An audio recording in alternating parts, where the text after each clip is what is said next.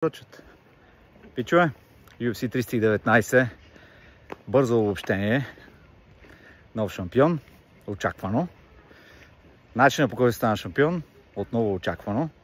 Повечето хора мислеха, че нещо много бързо ще се случат нещата и ще бъде като с Робърт Уитакър. По-скоро не, но пък си имаме още една отметка относно Чимаев, че всъщност си има кардио човека и ще си избута рундовете. Дори и шампионски рундове. Видяхме го да си грее и там. Тейкдаун в първите около 6 или 7 секунди на матча и оттам нататък последван невероятен топ контрол. Да, тате!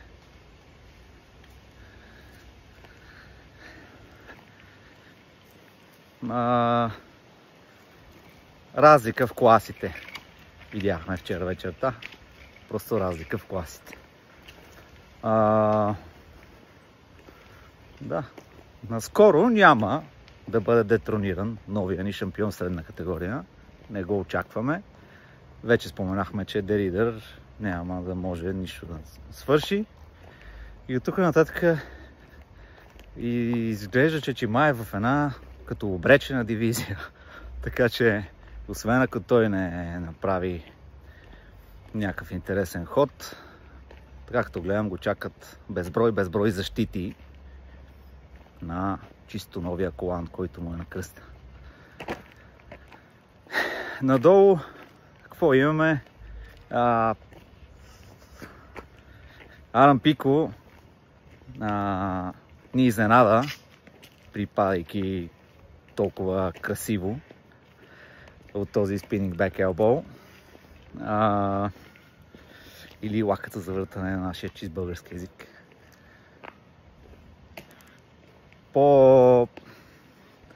По-предвидимо не съм сигурен, че можеше да бъде, защото Мърфи на няколко пъти се опита да му фане тайминга. Играеше го малко го играеше опосъм, както ви казал Изи. Само че в неговия случай всъщност въобще не беше ранен.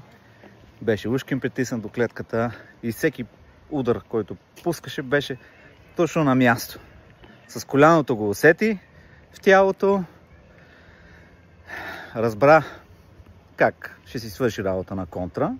И малко по-късно всъщност действително на контра си свърши работа, защото Пико беше прекалено хайпнат. Нямаше никакво опипване на почвата.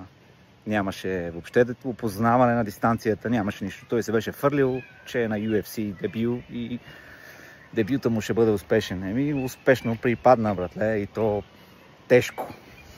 Тежко припада. Добре дошъл в UFC-то.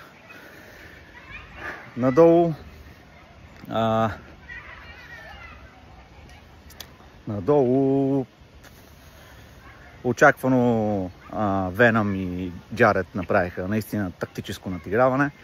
Комплименти за Веном, който продължава да прави страхотни за гледане матчове в UFC. Него пък не знам какво очаква, но скучен матч в момента няма, така че да продължава да поддържа нивото. До толкова по темата, пичове. Честито на Хамзат и да живее новия шампион.